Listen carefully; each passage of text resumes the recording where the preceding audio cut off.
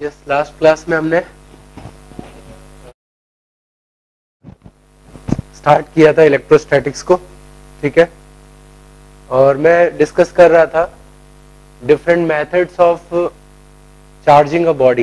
किसी ऑब्जेक्ट को या बॉडी को चार्ज करने के लिए किन किन तरीकों का उपयोग किया जाता है। बाय फ्रिक्शन, कांटेक्ट में लाने पर जब उनको रबिंग करते हैं तब इलेक्ट्रॉन का एक्सचेंज हो सकता है, चार्ज का एक्सचेंज हो सकता है, ठीक है। कंडक्शन के थ्रू, जब दो कंडक्टर्स को कनेक्ट करते हैं आपस में या टच करते हैं तो उस केस में चार्ज की शेयरिंग होती है। फिर हमने बात की थी कंडक्शन में अर्थिंग की, ठीक। उसके बाद हमने बात की थी इंडक्शन की, कि जब किसी कंडक्टर के पास किसी चार्ज बॉडी को रखा जाता है तो उस चार्ज बॉडी के प्रेजेंस में इस कंडक्टर में चार्ज इंड्यूस हो जाता है, ठीक है। उसमें जो फ्री इलेक्ट्रॉन्स हैं उनके मूवमेंट के कारण चार्ज का रीडिस्ट्रीब्यूशन हो जाता है, ठीक है। That process is called induction. और फिर उसके आगे मैंने इलेक्ट्रोस्कोप की बात बताई थी। एक और चीज है वो हम जान लें,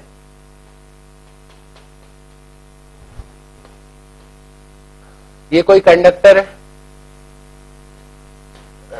सही, न्यूट्रल है, इसमें कोई चार्ज नहीं है। अब यदि मैं इसके पास किसी चार्ज बॉडी को रखूंगा तो उस केस में क्या होगा, इंडक्शन होगा।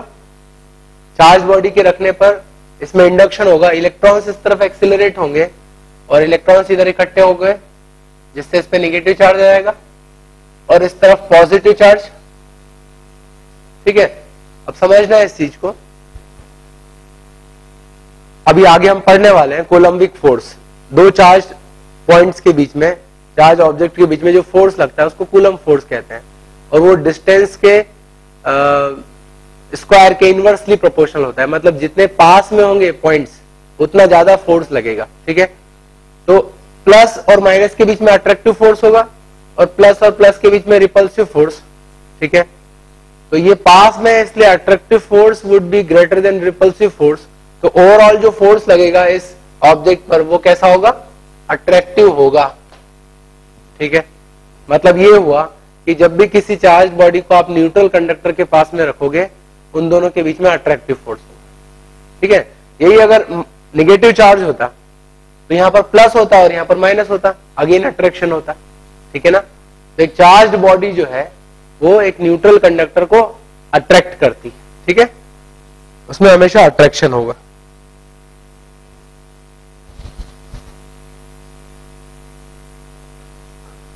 एक एग्जांपल लेता हूं,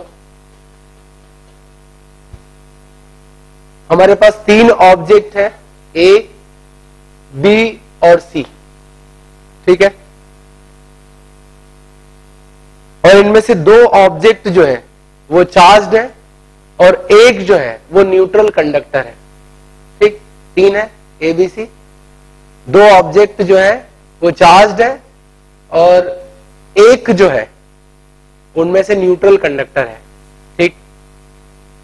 अब मुझे आपको आइडेंटिफाई करना है कि उसमें से न्यूट्रल कंडक्टर क्या है। मैं कुछ कंडीशंस दे रहा हूं, ठीक। जब ए और बी को पास में लाते हैं, ए और बी को पास में लाने पर हम देखते हैं कि उनमें रिपल्शन होता है, वो एक दूसरे को रिपेल कर देते हैं। जब ए और सी को साथ में रखते हैं तो वो एक दूसरे को अट्रैक्ट करते हैं और इसी तरह से बी और सी को साथ में रखने पर भी हमें मालूम होता है कि वो एक दूसरे को अट्रैक्ट करते हैं, ठीक है। क्या आप इन कंडीशन से बता सकते हो कि इनमें से कौन सा कंडक्टर होगा और कौन सी दूसरी जो चार्ज बॉडीज है? अब सोचो, मैंने आपको कंडीशन दी थी कि दो चार्ज बॉडी है और एक न्यूट्रल कंडक्टर है। अभी थोड़ी देर पहले ही हमने डिस्कस किया कि अगर किसी चार्ज बॉडी को न्यूट्रल कंडक्टर के पास में रखा जाए तो वो हमेशा कंडक्टर को अट्रैक्ट करेगा। मतलब कंडक्टर के साथ बाकी चार्ज बॉडी का तो हमेशा अट्रैक्शन ही होगा, ठीक है। तो अट्रैक्शन कहां हो रहा है, ए और सी के बीच में और बी और सी के बीच में। इसका मतलब इनमें से ही कोई, इन पेयर्स में से ही एक कंडक्टर होना चाहिए, ठीक है, उसका हमेशा अट्रैक्शन होगा। अच्छा, जो दूसरी चार्ज बॉडीज है उनमें डिपेंड करेगा, अगर दोनों में एक जैसा चार्ज हुआ प्लस प्लस या माइनस माइनस तो रिपेल करेंगे और प्लस माइनस हुआ तो अट्रैक्ट करेंगे, ठीक है। अब एक बात तय हो गई कि कंडक्टर का दूसरे के साथ रिपल्शन नहीं हो सकता है, मतलब ये जो रिपेलिंग बॉडीज है ये चार्ज बॉडीज होना चाहिए, समझ रहे हो ना। ये रिपेल कर रही है एक दूसरे को, मतलब दोनों चार्ज बॉडी होनी चाहिए और दोनों में एक जैसा चार्ज होगा, प्लस प्लस या माइनस माइनस। और तीसरा जो है ऑब्जेक्ट वो कंडक्टर होना चाहिए जिसको दोनों बॉडी अट्रैक्ट कर रही है, ठीक है। तो इस कंडीशन से हम कह सकते हैं C इज न्यूट्रल कंडक्टर, ठीक। अब इसके आगे बढ़ते हैं हम।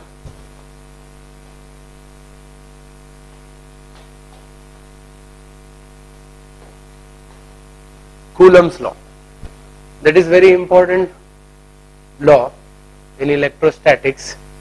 देखो हमने शुरुआत की थी एक एक्सपेरिमेंट के थ्रू, मैंने बताया था कि किस तरह से हमें पता चला कि चार्ज बॉडीज के बीच में रिपल्शन या अट्रैक्शन होता है। ग्लास रॉड और प्लास्टिक रॉड के साथ हमने एक एक्सपेरिमेंट देखा था, ठीक है। तो उनके बीच में रिपल्सिव या अट्रैक्टिव फोर्स लग रहा है, तो कूलम ने क्या किया, इसी तरह की चार्ज्ड स्फेरिकल बॉल्स ली और उनके बीच में फोर्स को मेजर किया, अट्रैक्शन या रिपल्शन को, ठीक है, और उसको एक फॉर्मूले के थ्रू इन्यूमरेट किया, ठीक है। That is called Coulomb's law. So Coulomb's law is related to force of interaction between two charged or two point charges. It is related to force of interaction between 2 point charges. There are 2 point charges, उनके बीच में जो force होगा उसको Coulomb's law बताता है। Remember this thing, it is not directly related to force between charged bodies, but it is related to force between point charges, ठीक है। Point charge का मतलब क्या, मतलब पार्टिकल के फॉर्म में होना चाहिए, बहुत छोटा होना चाहिए, उस पर अगर कोई चार्ज है, दूसरा कोई पॉइंट है उस पर कोई चार्ज है, ठीक है। तो इनके बीच में फोर्स के लिए हम कूलम्स लॉ का यूज करेंगे। बट अगर कोई चार्ज बॉडी है, ये कोई चार्ज बॉडी है, तो इनके बीच में भी फोर्स लग रहा होगा, बट सीधे हम कूलम्स लॉ नहीं लगा सकते हैं। It is valid only for point charges, ठीक। कूलम्स लॉ क्या है उसको मैं स्टेट करता हूं। देयर आर 2 पॉइंट चार्जेस, एक पर चार्ज है Q1 और दूसरे पर Q2, ठीक।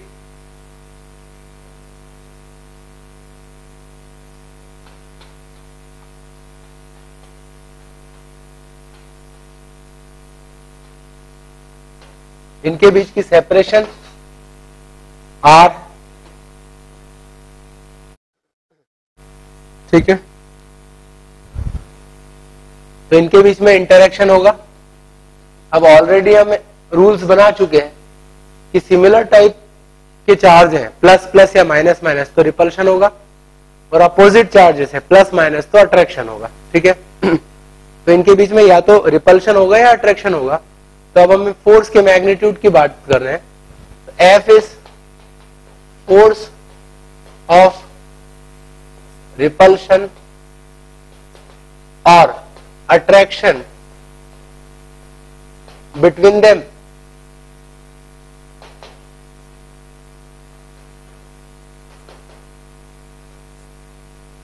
मतलब मैग्नीट्यूड की बात कर रहे हैं, उनके बीच में फोर्स क्या होगा। तो कूलम ने ये पता किया कि force is proportional to product of magnitude of point charges.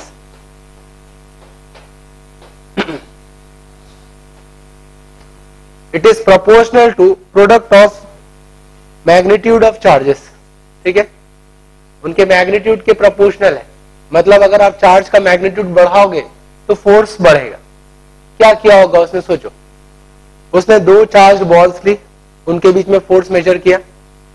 अब एक चार्ज बॉल का जो चार्ज है से उसने डबल कर दिया समहाउ। अगर डबल कर दिया तो उसको क्या मिला उसको मिला कि जो फोर्स है वो भी डबल हो गया। फिर उसने पहले लिया चार्ज Q1 Q2, तो फोर्स मिला F। अब उसने क्या किया, इस चार्ज को डबल कर दिया 2Q1 और ये Q2, तो फोर्स डबल हो गया। अब उसने इसको डबल ही रहने दिया और इसको 3 टाइम्स कर दिया मान लो Q2 को, तो उसको फोर्स मिला 6 टाइम्स। इसका मतलब ये हुआ कि इस चार्ज को बढ़ाने पर फोर्स बढ़ रहा है, इसको बढ़ाने पर भी फोर्स बढ़ रहा है। दैट मीन्स जो फोर्स है that should be proportional to product of both the charges, ठीक है, उसके प्रोपोर्शनल होगा। ये पहला कंक्लूजन। दूसरा, उसने फिर क्या किया, डिस्टेंस चेंज की। जब उसने डिस्टेंस डबल की तो उसको पता चला कि जो फोर्स है वो 1/4 हो गया।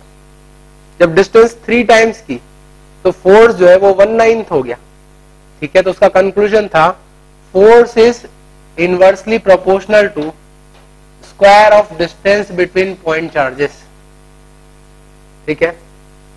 वो डिस्टेंस के स्क्वायर के इनवर्सली प्रोपोर्शनल होगा। तो डिस्टेंस बढ़ाओगे फोर्स कम होगा, डिस्टेंस कम करोगे तो फोर्स बढ़ेगा, ठीक है। तो ये 2 कंक्लूजन है। इसके अलावा एक और चीज है कि इनके बीच में जो फोर्स लग रहा है वो मीडियम पर भी डिपेंड करता है, ठीक है। आप पॉइंट चार्जेस को एयर में रख दो, उन्हीं पॉइंट चार्जेस को पानी में रख दो, ऑयल में रख दो, किसी और मीडियम में रख दो, तो उनके बीच का जो फोर्स है वो चेंज होता है। मतलब it is also dependent on surrounding medium. तो उसके लिए भी एक पर्टिकुलर कांस्टेंट, ठीक है, या एक वेरिएबल हमें रखना होगा यहाँ पे, और इस तरह से हम इस फोर्स को निकालेंगे, राइट। तो जो फोर्स का एक्सप्रेशन है वो इस तरह से समराइज हुआ, F is equal to 1/4 pi epsilon, ठीक है, Q1 Q2 upon R square, that is Coulomb's law. ये जो कांस्टेंट है 1/4 पाई एप्सिलॉन, अभी मैं बता रहा हूं इसकी वैल्यू क्या होगी, ठीक है। बट ये कांस्टेंट जो है, कांस्टेंट का काम भी कर रहा है, साथ में ये मीडियम के डिपेंडेंस को भी बता रहा है। अभी मैं इसको एक्सप्लेन करूंगा, right. So that is electric force between 2 point charges, ठीक है। अब ये जो कांस्टेंट है इसको समझना। कांस्टेंट में एक चीज है epsilon, that is called emissivity,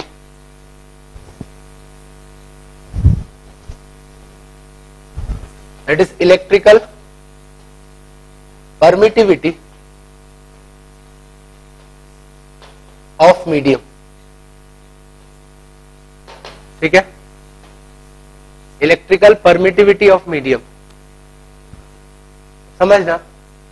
इसकी वैल्यू जितनी ज्यादा होगी उतना चार्जेस के बीच में फोर्स कम होगा, ठीक है। तो ये देखा गया है एक्सपेरिमेंट के थ्रू, और जिसको बाद में मैं थ्योरेटिकली एक्सप्लेन भी करूंगा कि स्पेस में, फ्री स्पेस में एप्सिलॉन की वैल्यू मिनिमम होती है, ठीक।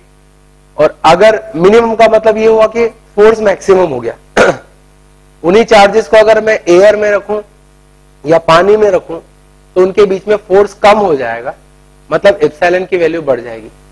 तो फ्री स्पेस में 2 चार्ज के बीच में फोर्स मैक्सिमम होता है और दूसरे मीडियम में ले जाने पर उनमें फोर्स फोर्स कम हो जाता है, और जो एप्सिलॉन है उसकी वैल्यू कम हो जाती है। तो अगर आपको मैक्सिमम फोर्स चाहिए तो वो कहां मिलेगा फ्री स्पेस। दूसरे मीडियम में ले जाने पर फोर्स की वैल्यू कम हो जाती है, और फोर्स की वैल्यू कितनी कम होगी वो ये कांस्टेंट डिसाइड करेगा, that is called electrical permittivity of medium, ठीक है। For free space that is vacuum, permittivity को हम एप्सिलॉन नॉट कहते हैं, ठीक है, and that is equal to 8.85 into 10⁻⁻12, ठीक है। ये इसकी वैल्यू है SI यूनिट में। इसकी यूनिट हम निकाल सकते हैं फॉर्मूले से, coulomb square upon newton metre square.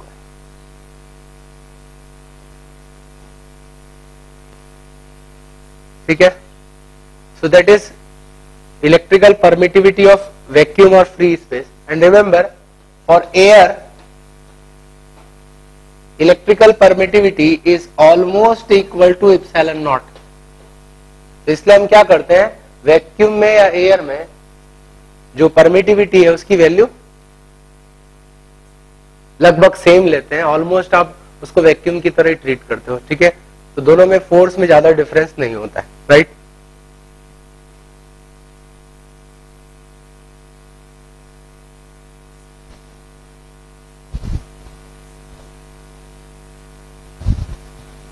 एक और क्वांटिटी डिफाइन की जाती है, दैट इज रिलेटिव परमिटिविटी.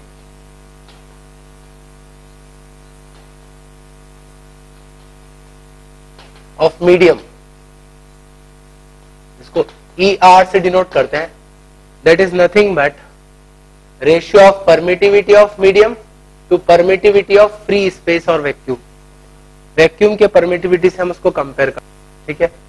तो मीडियम की परमिटिविटी को लिखा जा सकता है वैक्यूम की permittivity into relative permittivity of medium. ठीक है.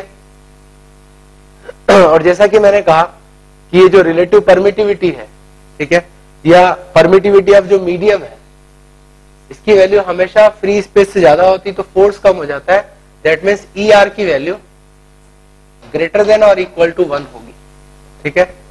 फॉर फ्री स्पेस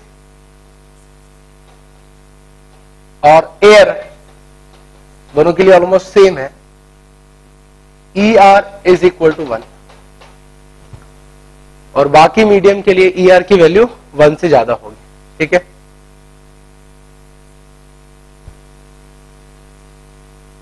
तो एक बात तय होगी कि जो 2 पॉइंट चार्जेस के बीच में जो फोर्स लग रहा है वो चार्ज पर डिपेंड करता है, उनके बीच की डिस्टेंस पर डिपेंड करता है और सराउंडिंग मीडियम पर डिपेंड करता है. तो ये 3 फैक्टर डिसाइड करेंगे कि उनके बीच में कितना फोर्स लगेगा. ठीक. अब हम उस कांस्टेंट की बात करें. सो फॉर वैक्यूम और एयर वो जो कांस्टेंट है वो क्या हो जाएगा, 1/4 पाई एप्सिलॉन नॉट हो जाएगा. और जब इसकी वैल्यू रखेंगे तो इसकी वैल्यू लगभग मिलती है हमें 9 × 10⁹. ठीक है. और यूनिट क्या हो जाएगी हम देख सकते हैं, it should be newton metre square by coulomb square.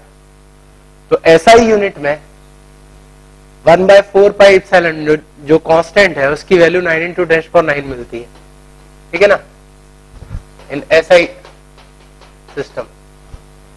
और इसी की वैल्यू CGS सिस्टम में मिलती है हमें 1. ठीक है. तो रिमेंबर CGS सिस्टम में कांस्टेंट की वैल्यू को 1 रखा गया और SI यूनिट में इट इज 9 × 10⁹, क्लोज टू 9 × 10⁹. ठीक. और दूसरे मीडियम के लिए क्या होगा, कांस्टेंट की वैल्यू, और अदर मीडियम 1/4 पाई एप्सिलॉन, या इसी को मैं लिख सकता हूं 1/4 pi epsilon naught into 1 relative permittivity. ठीक है. और इसकी वैल्यू क्या हो जाएगी, 9 × 10⁹. ठीक है ना. इसमें SI सिस्टम, जब आप इसको SI यूनिट में रखोगे तो ये वैल्यू होगी. और CGS सिस्टम में ये बन जाता है 1. सो 1/ER.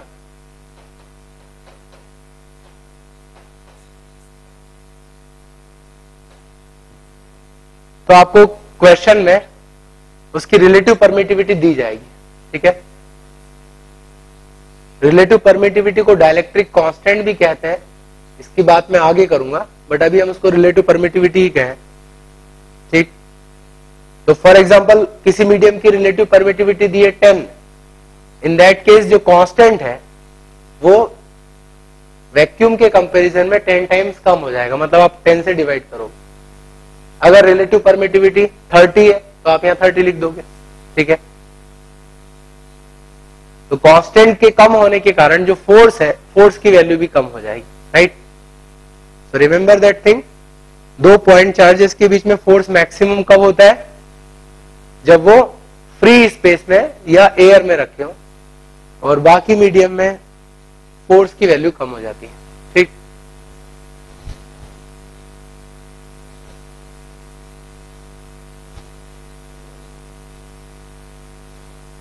नॉर्मली अगर प्रॉब्लम में मीडियम नहीं दिया है तो आप एज्यूम करके चलो कि ये एयर होगा या वैक्यूम होगा, ठीक है, अदरवाइज मीडियम स्पेसिफाइड होगा, ठीक। तो जो फोर्स लग रहा है उसकी बात की, अभी मैं फोर्स की डायरेक्शन की बात करता हूं। तो ये पॉइंट चार्जेस है, हो सकते हैं, मान लो दोनों ही पॉजिटिव चार्ज है, plus Q1 and plus Q2। सबसे पहली बात, चाहे वो प्लस हो या माइनस हो, उनके बीच में लगने वाला फोर्स उन दोनों पॉइंट को जोड़ने वाली लाइन के अलोंग लगेगा। तो जो दो पॉइंट चार्ज है उनके बीच में एक जोड़ने वाली लाइन ड्रॉ कर लो, तो इसी लाइन के अलोंग फोर्स लगेगा उनके बीच में, ठीक। प्लस प्लस लाइक चार्जेस, तो इनके बीच में रिपल्शन होगा, तो दोनों एक दूसरे पर रिपल्सिव फोर्स लगाएंगे। Remember by Newton's third law हम कह सकते हैं action and reaction are equal and opposite. तो Q2 ने Q1 पर फोर्स लगाया इस डायरेक्शन में, और Q1 ने Q2 पर फोर्स लगाया इस डायरेक्शन, ठीक है। तो दोनों ने एक दूसरे को रिपेल किया। ऐसे ही अगर दोनों चार्जेस निगेटिव होते तो कैसा फोर्स लगता? तो लाइन ड्रॉ कर लो, line joining the point charges, ठीक।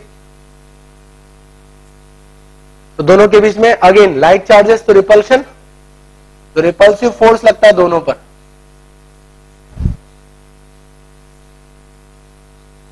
सो Q1 ने Q2 को रिपेल किया है, इधर फोर्स लगाया, और Q2 ने Q1 को इस तरफ रिपेल किया है, ये उसकी फोर्स की डायरेक्शन। और तीसरी कंडीशन हो सकती है कि इनमें से एक पॉजिटिव है और एक निगेटिव।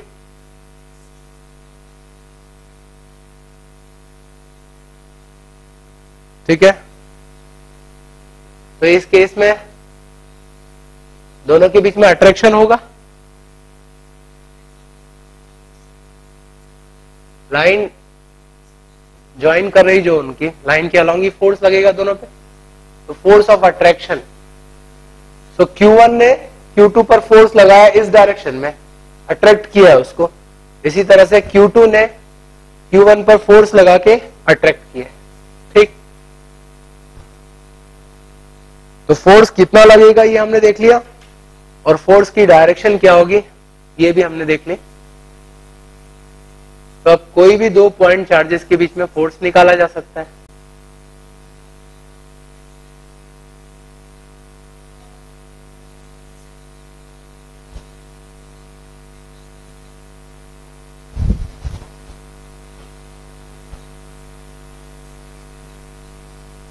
एक एग्जांपल लेते हैं हम।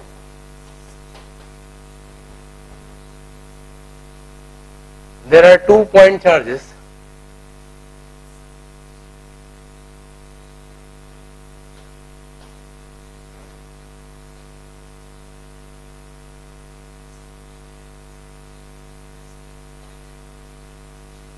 इन पर चार्ज दिया है +2 माइक्रोकुलम एंड -1 माइक्रोकुलम, राइट। इनके बीच की डिस्टेंस 10 मीटर है। फ्री स्पेस में रखा है, इसको वैक्यूम में रखा है। इनके बीच में लगने वाला फोर्स निकालना है हमें, ठीक है। Force is 1/4πε0 Q1 Q2/r²। Vacuum है तो 9 × 10⁹। चार्ज सिर्फ मैग्नीट्यूड लेना है, माइक्रो कूलम बाय r²।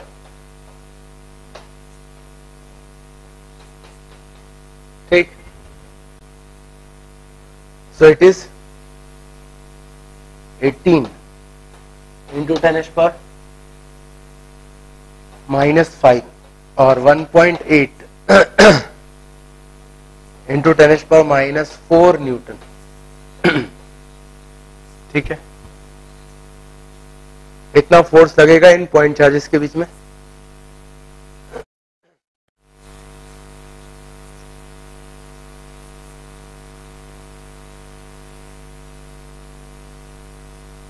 अगर सेम पॉइंट चार्जेस को सेम डिस्टेंस पर एक ऐसे मीडियम में सबमर्ज कर देते हैं, ऐसे मीडियम में रखते हैं जहां की रिलेटिव परमिटिविटी 18 है, तो क्या होगा? अगर इस मीडियम में हमने रखा जहां की रिलेटिव परमिटिविटी 18 है, तो जो फोर्स है वो 18 टाइम्स कम हो जाएगा, या कहे कांस्टेंट 18 टाइम्स कम हो जाएगा। ठीक है, तो उस केस में हमें फोर्स क्या मिलेगा? हम देख सकते हैं इस पर्टिकुलर केस में ये एक्सप्रेशन बदल जाएगा फोर्स का। अब हम लिखेंगे 1/4 पाई एप्सिलॉन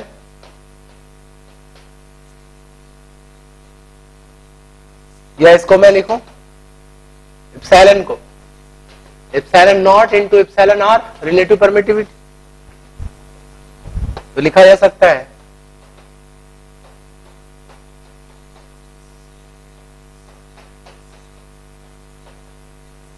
ठीक है ना।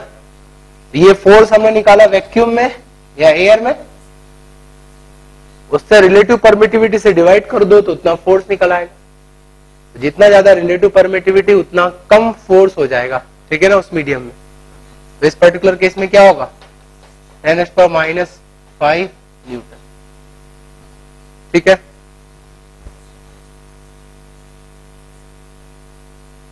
तो मीडियम चेंज करने से फोर्स कम होगा। ये तो दो पॉइंट चार्ज के बीच में फोर्स है, बट अगर किसी चार्ज के आसपास एक से ज्यादा चार्ज हुए तो उस पर कितना फोर्स लगेगा ये हमें निकालना है। Now we know that force is a vector quantity, right. Charge के आसपास अगर बहुत सारे अलग अलग चार्जेस हैं तो उस केस में सभी पॉइंट चार्ज उस पर फोर्स लगाएंगे। ठीक है, तो सभी फोर्सेस का हमें वेक्टर सम करना पड़ेगा, तब हमें रिजल्टेंट फोर्स मिल जाएगा जो कि उस पॉइंट चार्ज पे लग रहा है। ठीक है, तो that is superposition of forces, right. से ये पॉइंट चार्ज है Q और इसके आसपास कई सारे charges Q1, Q2, right, Q3, Q4, इस तरह से और भी n number of charges, right. इस पर कितना फोर्स लग रहा है वो हमें निकालना है। तो सबसे पहला काम क्या करना है, आप एक एक चार्ज के कारण लगने वाले फोर्स को कंसीडर करो। जैसे मैं 1 की बात करूं तो Q पर ये Q1 भी फोर्स लगाएगा। किस डायरेक्शन में लगेगा? तो दोनों को जोड़ने वाली लाइन बना लो, इस लाइन के अलोंग फोर्स लगेगा। Q पर फोर्स निकालना है, ठीक है ना। इस पर जो फोर्स लग रहा है because of all surrounding charges, right, तो इस लाइन के अलोंग लगेगा। अब फोर्स रिपल्सिव होगा या अट्रैक्टिव, ये इस बात पे डिपेंड करेगा कि दोनों सेम टाइप ऑफ चार्ज है या अपोजिट। सेम है तो रिपल्शन, रिपल्शन मतलब फोर्स इधर लगेगा, और अगर अपोजिट है तो अट्रैक्शन, तो फोर्स इधर लगेगा। तो आपको फोर्स की डायरेक्शन देखनी होगी, फोर्स का मैग्नीट्यूड निकालना पड़ेगा। उसके लिए कूलम्स लॉ जो अभी हमने पढ़ा, constant into Q1 Q2 bye R², उससे इस पे फोर्स निकालना होगा। मान लेता हूं कि रिपल्शन लग रहा है तो फोर्स इधर लगेगा F1। यही प्रोसीजर आपको हर एक पॉइंट चार्ज के साथ रिपीट करनी है। तो Q पर कितना फोर्स लगाएगा, किधर लगाएगा? इन दोनों को जोड़ने वाली लाइन बनाओ, तो इस लाइन के अलोंग लगेगा। रिपल्शन है तो इधर और अट्रैक्शन है तो इस तरफ, ठीक है। तो इस तरह से आपको इसका भी फोर्स निकालना पड़ेगा। F2 मान लेते हैं अट्रैक्शन। फिर Q3 Q पर कितना निकालेगा, कितना फोर्स लगाएगा, तो दोनों को जोड़ दो। इस लाइन के अलोंग फोर्स लगेगा। रिपल्शन तो इधर, अट्रैक्शन है तो इधर, ठीक है, मान ले रिपल्शन। तो ये डिपेंड करेगा साइन पर, ठीक है ना। ऐसे ही Q4 भी फोर्स लगाएगा, किस डायरेक्शन में, दोनों को जोड़ दो।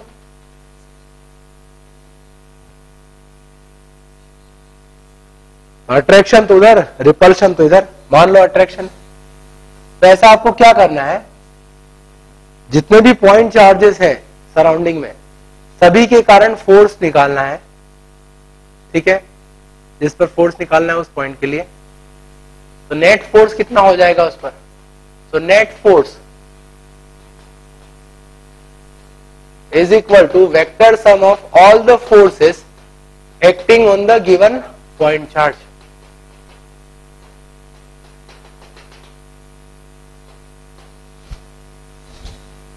तो जितने भी फोर्स लग रहे हैं सबका वेक्टर सम करेंगे तो हमें नेट फोर्स मिलेगा, ठीक है।